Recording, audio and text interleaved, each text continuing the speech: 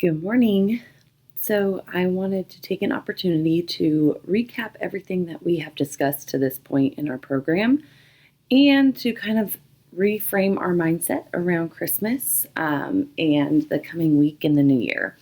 So, I wanted to stress the big rocks. And the big rocks are things that if you consistently do these habits and these behaviors on a daily basis, most of the time, like not perfect, not every single day, you're going to have slip ups, you're going to have mistakes, you're going to have days where you didn't feel as good because of your food choices, you're going to have days where you're feeling a little mentally challenged because of the food choices that you made. But more often than not, if we can adopt these behaviors and adopt these mindsets, most of the time it's going to continue to move that needle forward and continue to progress you forward over time. And that's all we want. We want sustainable changes, sustainable actions that can stay within our life for a lifetime. So I'm going to start with thinking about what our plates look like, and then we'll talk about the mindset and the shift around our mind, the way we approach our food. So remember, we just want to focus on building as nourishing a plate as we can. And we want to continue to think about food as fuel. Food is medicine. Food is how we are preventing going on any sort of medications. Food is how we are going to improve our mood. Food is nourishing our body and giving it all the micronutrients it needs so that it can perform optimally and function optimally. So thinking about our food choices with that kind of mindset, and it's not easy to do all the time because there's another piece of us that that has cravings and that has, that pleasure piece that will kind of maybe impact your decision making. And so we have to create that delicate balance of being able to make our food taste delicious as well, right? But when we talk about building as nourishing a plate as possible, we want to think about always making protein and vegetables the main focus because those tend to be the hardest. They tend to be the hardest thing to grab and go. They require a little bit more forethought. So if you can continue to think about, okay, where's my protein coming from? Where are my veggies coming from in this meal?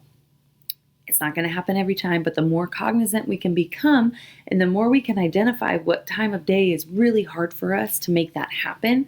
Like for most of us, that'll probably be breakfast because it's just not a natural in our culture. Breakfast options that are typical do not include vegetables. So that's one that we're going to have to start shifting our mindset, shifting our habits, shifting our routines so that we can then start to incorporate some vegetables in our breakfast. And if we notice that it's just too hard, then we need to find another way where we're making sure we're getting our micronutrients in through our day. So that might be taking a multivitamin, that might be taking a green supplement.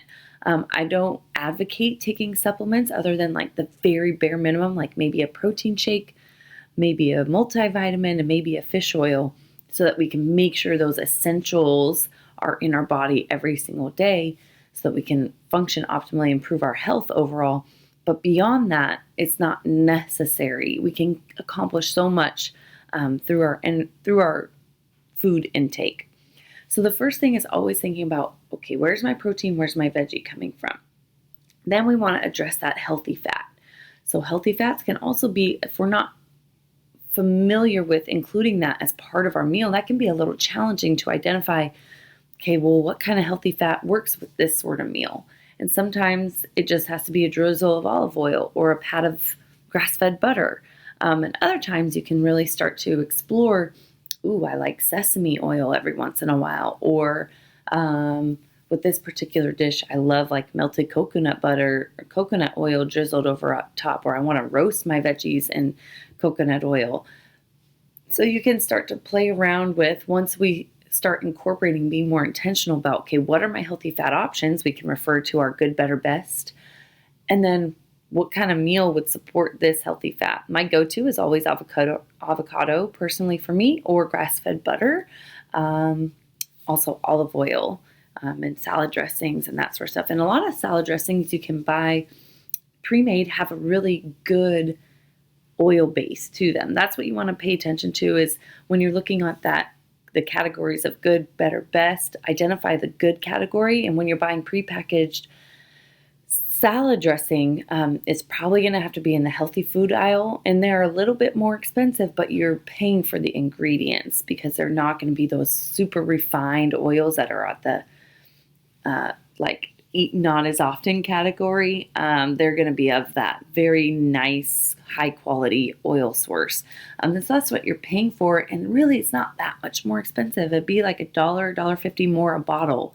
And so if we're using that strategically with your salads on top of your bowls as a marinade, it goes a while. So just shift your mindset, thinking about quality of ingredients and how it's going to support you in the long run, as opposed to just that final dollar amount. And that's sometimes hard. And you got to do your, what is something I'm willing to pay more for? What is something I don't need? Like for me personally, I eat a lot of beans and I don't get organic beans because it's like, they're like $1.50 a can. So that's something I will just buy the regular beans and not buy organic, but I try and buy any like fresh produce without a very thick skin. So something that's in direct contact with potential pesticides and things of that nature, I will try and be more aware of to try and buy organic if it makes sense in my budget. So that was a little bit of a tangent, but again, just placing quality of ingredients and kind of finding what speaks to you, because some things that are important to me aren't going to be as important to you, and especially not yet, because this is a process of figuring things out over time and figuring out how your body responds to certain ingredients, because we all will be sensitive to certain things. So you'll have your own like do's and don'ts personally, especially when it comes to shopping and where you're investing your money. So you've got your protein, your veggies, and then you've got your healthy fat. That healthy fat should be something that's bringing joy to the meal, that's making it taste a little bit more satiating. It's a little bit more like you're getting a big hug when you add that fat onto your meal. Leaving it just cold with like a protein and a veggie is tolerable, but it's not as enjoyable. So you got to think of that fat as like jazzing up your meal. And then your carbohydrate is going to support the rest of your meal and give, again, a little bit more flavor, a little bit more depth to your meal. So those are your whole grains, your brown rices, quinoas, rices, whole grain breads. That will elevate your meal to that next level. Now, when we start talking about being a little bit more strategic about when we are eating our carbs, the more you can focus the carbohydrate intake, bigger carbohydrate intake around your workout time, the more optimally your body is going to be able to use your carbohydrates. So if you're typically a morning heavy workout person, you're going to want to have most of your big carbohydrate intake in the morning and taper it down through the evening. So it's not that you don't have it in the evening, it's just that it would be a lot less compared to your other big ingredients. Similarly, if you are an evening workout person, you would structure your carbohydrate intake to be around the evening and be a little bit more protein, veggie, fat dense in the morning. So that's just kind of that delicate shift. And it doesn't happen every day, but the more you can start establishing your routines, the more you can figure out where you feel best when you're energy-wise, when you're working out, the better easier will be to discover what staples work for you and make you feel awesome. So that's about building our plate. So those are the 4 elements that we're looking for. And then we can jazz our meal up even further by adding low calorie condiments. And sometimes they're not even that low calorie. Like I will add a little barbecue sauce every once in a while. If you looked at the back label there, certainly you can find barbecue sauces that aren't as sugar dense, but by and large, they're pretty sugar heavy. But if you're thinking about all of your meal is made at home, or like semi-made at home, you have controlled all the ingredients to this point.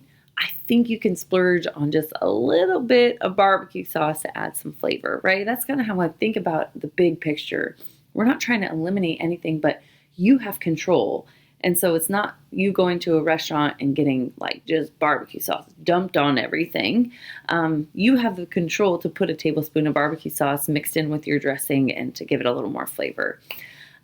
So use those condiments. The more you can get to like your mustards, your salsas, soy sauce, things that are very like low in calorie and low in nutrient, or less calorically dense, to add some flavor to your meals, the better. And then, every once in a while when you need a little more, you can add those higher fat, higher calorie type of condiments.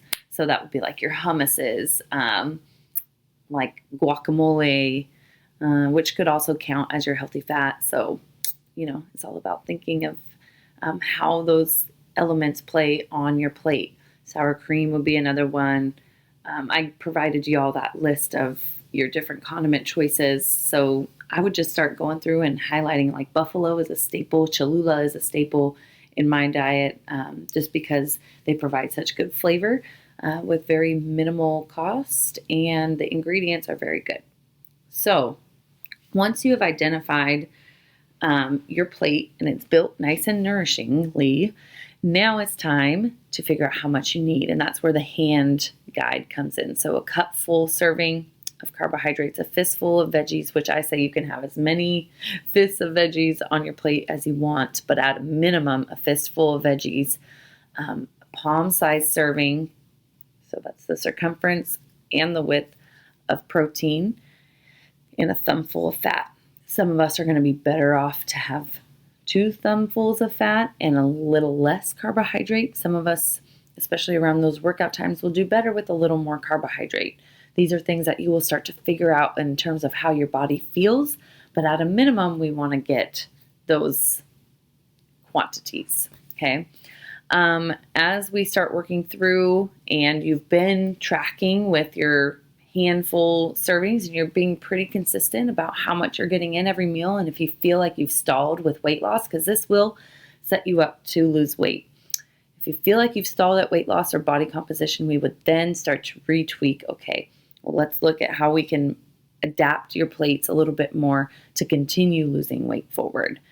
So we always have that ability, but setting you up to use that quantity and those ratios of your macronutrients, your proteins, fats, carbs, and vegetables will help you on that trajectory of weight loss and doing it on a consistent basis. Okay, so that's where food itself comes into play. We're thinking about, where's my protein? Where's my veggies? Where's my healthy fat? When is this carbohydrate going to be most supportive of my goals? And how am I going to prepare it for the week? Then we've got condiments that add flavor, and then we think about how much of each thing. And sometimes, I've had some questions about like soups or stir fries, or where things are kind of all jumbled together. And I say, if it has a protein, if it has a veggie, if it has a healthy fat, you're good. It's not so much, you don't need to measure every single time, especially if something is broth-based or water-based. If you're doing that, that is a hugely sustainable pattern to maintain. That was one of the 5 S's that I included during our meal plan talk, which was salads, shakes, stir fries, scrambles, salads, shakes, stir fries, scrambles, and I'm missing the 5th one. It'll come to me. Soups, that's the whole point. So if you can make most of your ingredients fall into one of those 5 categories, those are going to allow you very easily to have mostly vegetable-based, protein-based type of ingredient, type of meals. So when you're searching for meals like on Pinterest or wherever, like look in one of those 5 categories, because that's going to easily set you up. You won't have to think about it as much of knocking out every one of those categories. And the more soups you make, the more you can make them broth-based and taste delicious, the better, because less overall calories, ton of nutrients in terms of proteins and vegetables. So keep that in mind when you're thinking about meal prep and meal planning. That will lend into our next topic, which is all of the other stuff. So this is the tangible, like How much do I need? When do I need it? Why do I need it? Now we're talking about everything else. So how do you get to a place where you've got all that food prepared? And it's all about taking the time out of your week so that you can prepare and plan to be successful. If that doesn't happen, I can say it over and over again, but if you are not taking the time to figure out a plan, it is not going to happen. And I hate to say that. It's a little dose of reality, but if you cannot carve out the time to at least make a plan for, I'm going to be eating out this night, I'm going to be getting a delivery meal this night. If you cannot do that, it's not going to happen. So you have got to start. And if this is something that you're struggling with, it needs to be on your habit list and your goals for 2020 is to be able to carve out 30 minutes in your week so that you can create a plan of success for you in that following week. It has to happen. Otherwise, you're not going to see any changes. It's always going to be that last minute sporadic decision making. And while we can improve your decision making by looking at menus, like identifying our hunger and fullness cues, making sure that we know hunger's not an emergency, we can wait 30 minutes.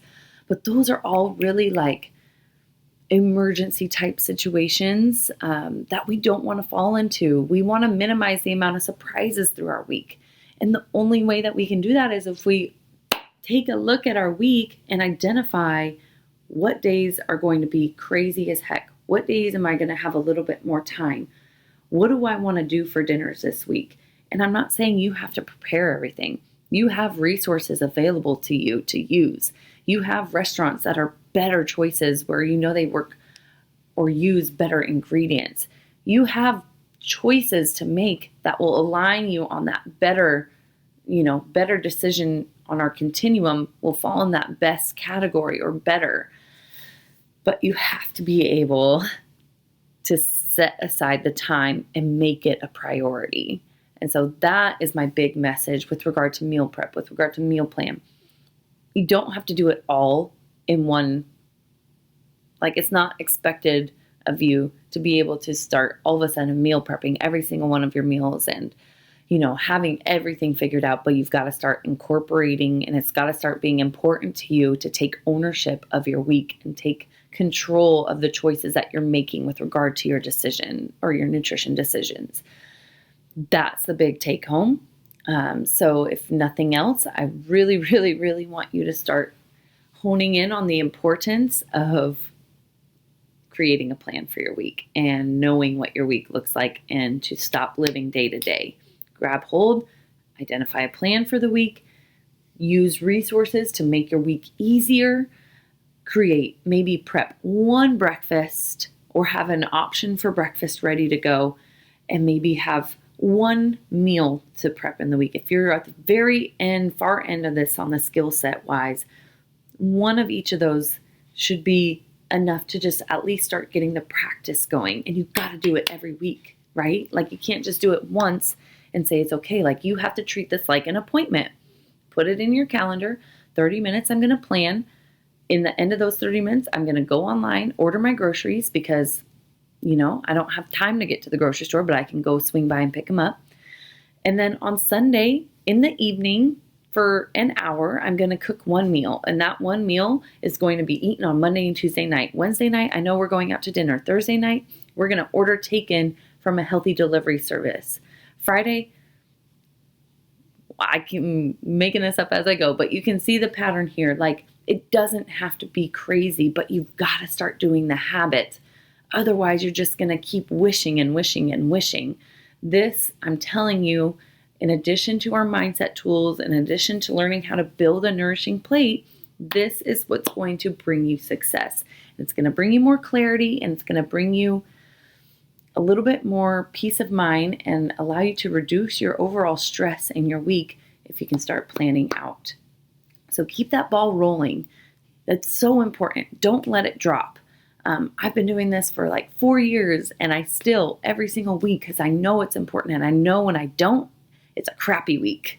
And I'm able to make better choices on the fly, but it's still nothing better than having a plan, and those plans will deviate, right? Like what I might plan to cook on Monday night might not actually get cooked till Thursday night. Like, that's not the point. The whole point is just having the resources available to you and knowing what your choices are before you get there so that you're not left feeling helpless in a situation and guessing about making the best choice.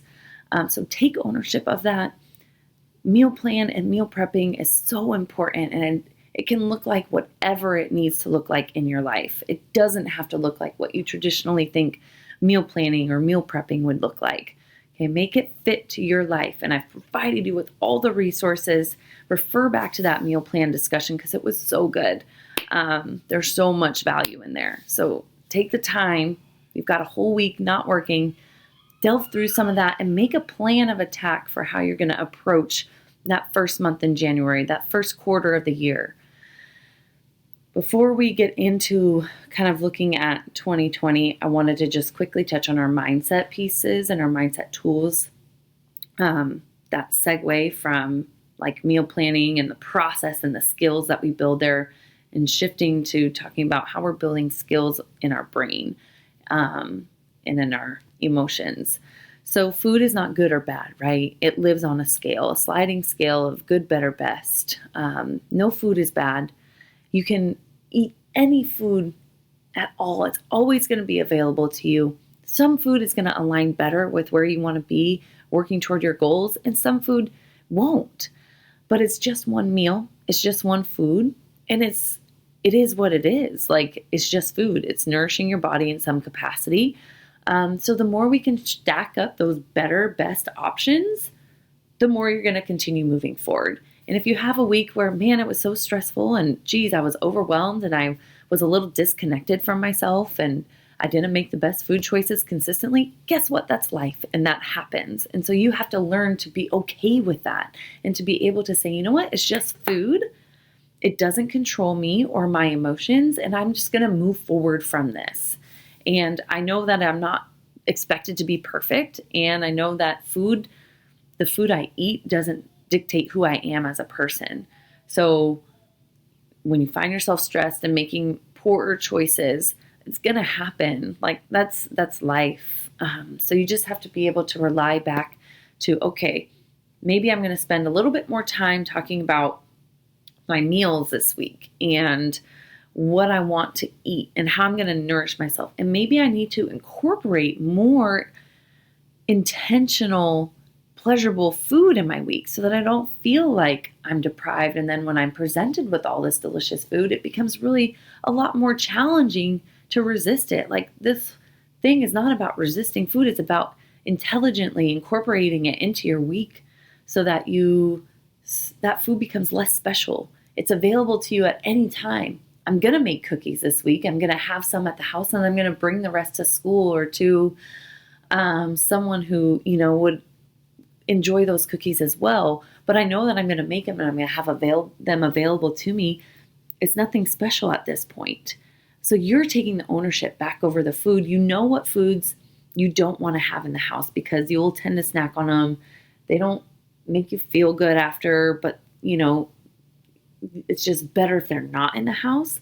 But you also have to think about what foods do bring you joy, what foods do bring you pleasure that you can incorporate throughout your week so that those foods start to become less special.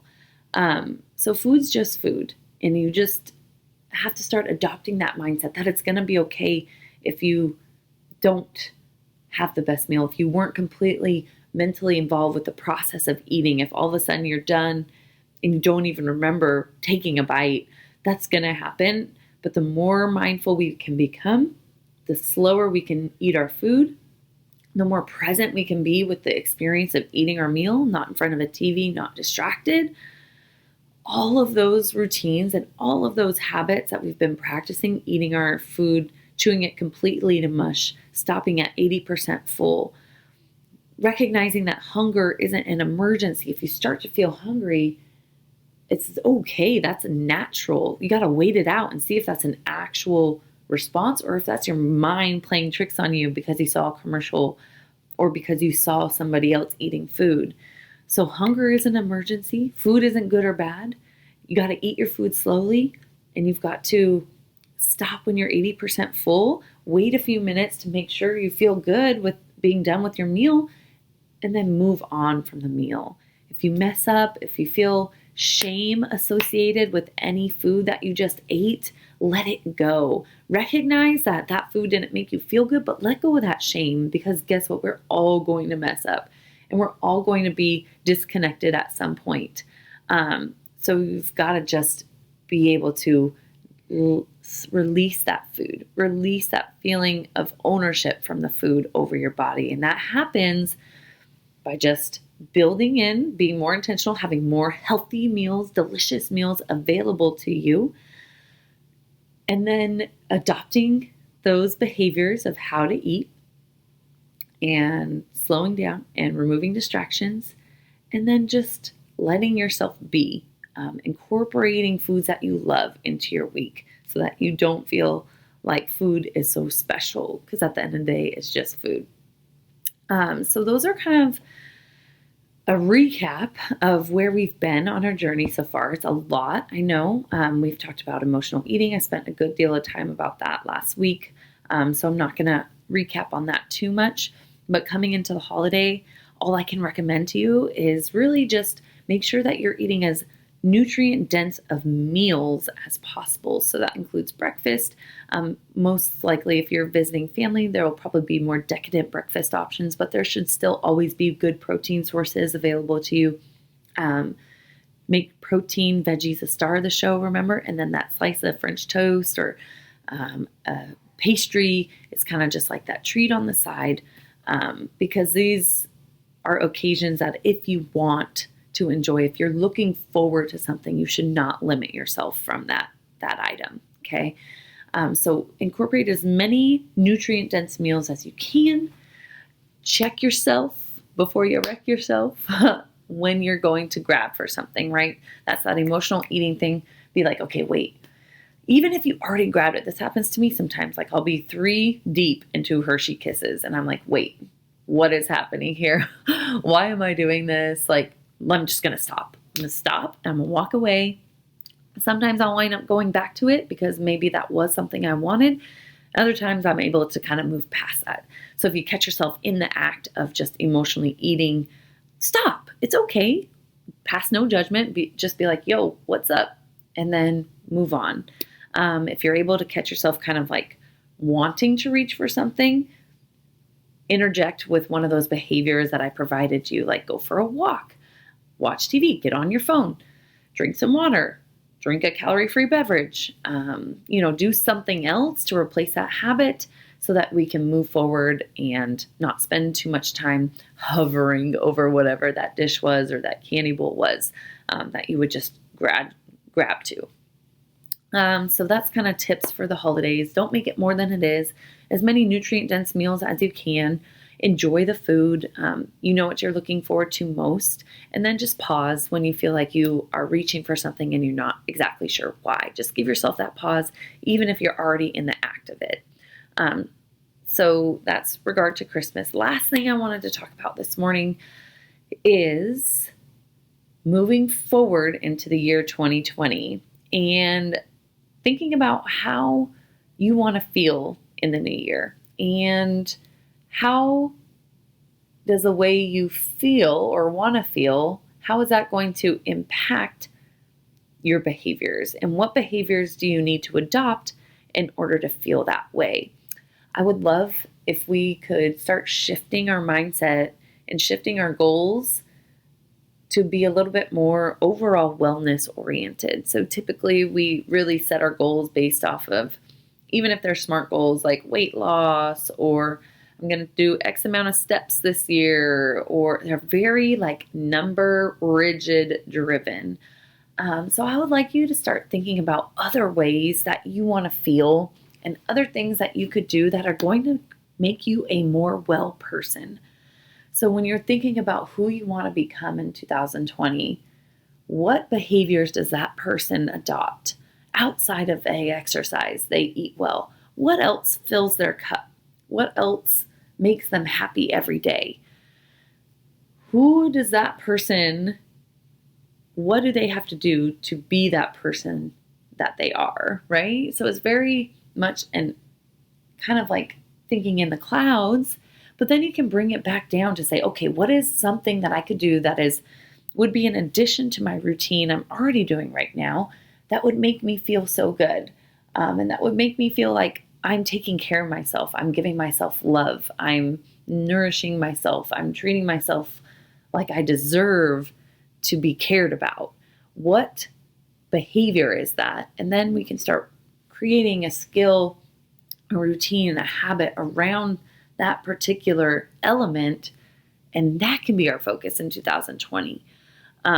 So start shifting your focus is really all I wanted to kind of bring about. Don't make it weight driven. Don't make it, super time bound. Like a habit takes 21 days or a behavior takes 21 days to become a habit.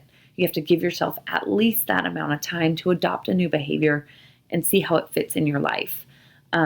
That's why if you're feeling at any point like some of these behaviors and habits we've been working on are tough to stick, that's because you probably haven't given yourself enough time yet.